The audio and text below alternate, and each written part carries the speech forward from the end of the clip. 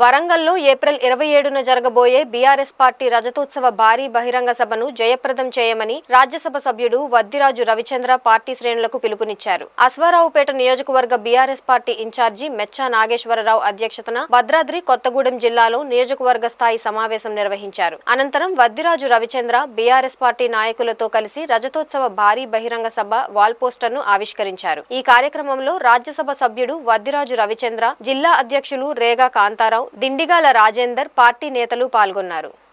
BRS party silver Jubilee రజతోత్సవ సభ 25 సంవత్సరాల సుదీర్ఘ ప్రయాణం, దాంట్లో జరిగినటువంటి గొప్ప విజయాలు, ఒక 10 ఏళ్ల పాలన, తెలంగాణ రాష్ట్ర అవతరణ తెచ్చుకోవడం, బంగారు తెలంగాణ మార్చుకోవడం, జరిగిన కష్ట నష్టాల నుంచి బయటకు వచ్చి తెలంగాణ తెచ్చుకొని తెలంగాణ రాష్ట్రాన్ని బంగారు తెలంగాణగా మార్చి ఎక్కడికక్కడ ప్రాజెక్టులు కట్టి నీటి వనరులు పెంచి రైతుల పట్ల బ్రహ్మాండంగా చూసుకొని రైతుల కన్నీళ్లు తుడిచి రైతులను ఆనందంగా చూసుకున్నటువంటి కేసీఆర్ పాలన ఇవన్నీ 2023 ముందుకు జరిగినటువంటి తర్వాత ఈ సంవత్సరంన్నరలో జరిగిన అవకతవకలు, అన్యాయాలు, ఘోరాలు, వీటన్నిటి మీద రేపు 27వ తారీఖు నాడు గౌరవనీయులు కేసీఆర్ గారు గలం విప్పనున్నారు.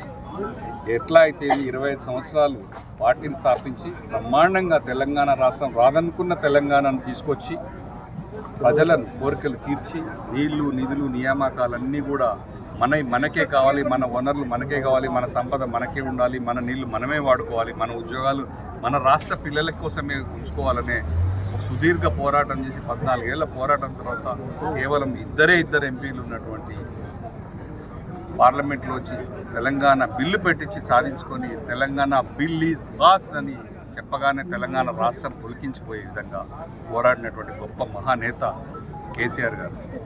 ఆయన ఆనవాళ్ళు చెరిపేస్తామని చెప్పే ఇప్పటి ముఖ్యమంత్రి ఆయన ఆనవాళ్ళు చెరిపేయలేరు కాదు కదా, ఏమీ చేయలేరు. వాళ్ళ పార్టీ పని అయిపోయింది.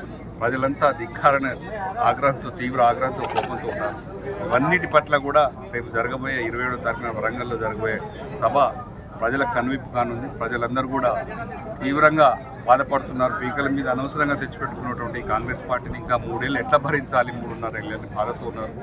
ఇవన్నీ కూడా ప్రజలు రాబోయే స్థానిక ఎన్నికల్లో కానీ నెక్స్ట్ ఏ ఎలక్షన్ జరిగినా కూడా ఉమ్మడి ఖమ్మం జిల్లాలో కూడా రైతులు కానీ ప్రజలందరూ కూడా మహిళా సోదరిమణులు అందరూ కళ్యాణ లక్ష్మి లేదు, తులం బంగారం లేదు, రైతు బంధు లేదు, రైతు బీమా లేదు, రుణమాఫీ సగంలోనే ఉంది. ఇవన్నీ ఆటో కార్మికులకు ఇస్తాన్న వేతనాలు 12,000 లేవు, కౌలు రైతులకు ఇస్తానే లేవు. అనేక రకాల స్కీములు అభ్యపెట్టి అధికారంలోకి వచ్చినటువంటి పార్టీ దీన్ని ఏం చేయకుండా డైవర్షన్ పాలిటిక్స్ చేస్తున్నటువంటి పార్టీ, కేవలం తిట్లు దూషణలతోనే కాలక్షేపం చేసుకుంటూ డైవర్షన్ పాలిటిక్స్ చేస్తున్నటువంటి పార్టీ ప్రజా ధిక్కరతో ఆగ్రహంతో ఉన్నారు. దీనికి గుణపాఠం పలకడానికి ప్రజలు సిద్ధంగా ఉన్నారు. 27వ తారీఖు నాడు చలో వరంగల్ ప్రోగ్రామ్ సక్సెస్ చేయడానికి లక్షలాదిగా మంది ఈ రాష్ట్రాన్ని వస్తున్నారు వరంగల్కి. ఇది ప్రపంచం అంతా చూడబోతుంది. ఇది చరిత్రలో ఒక సువర్ణ అక్షరాలతో లిఖించదగ్గ అధ్యాయం 27వ తారీఖు నాడు కాబోతుంది. ప్రజలందరూ కూడా అత్యధిక సంఖ్యలో తరలి వస్తున్నారు. అందరి కోసం అన్ని వసతులు ఏర్పాటు చేశాం.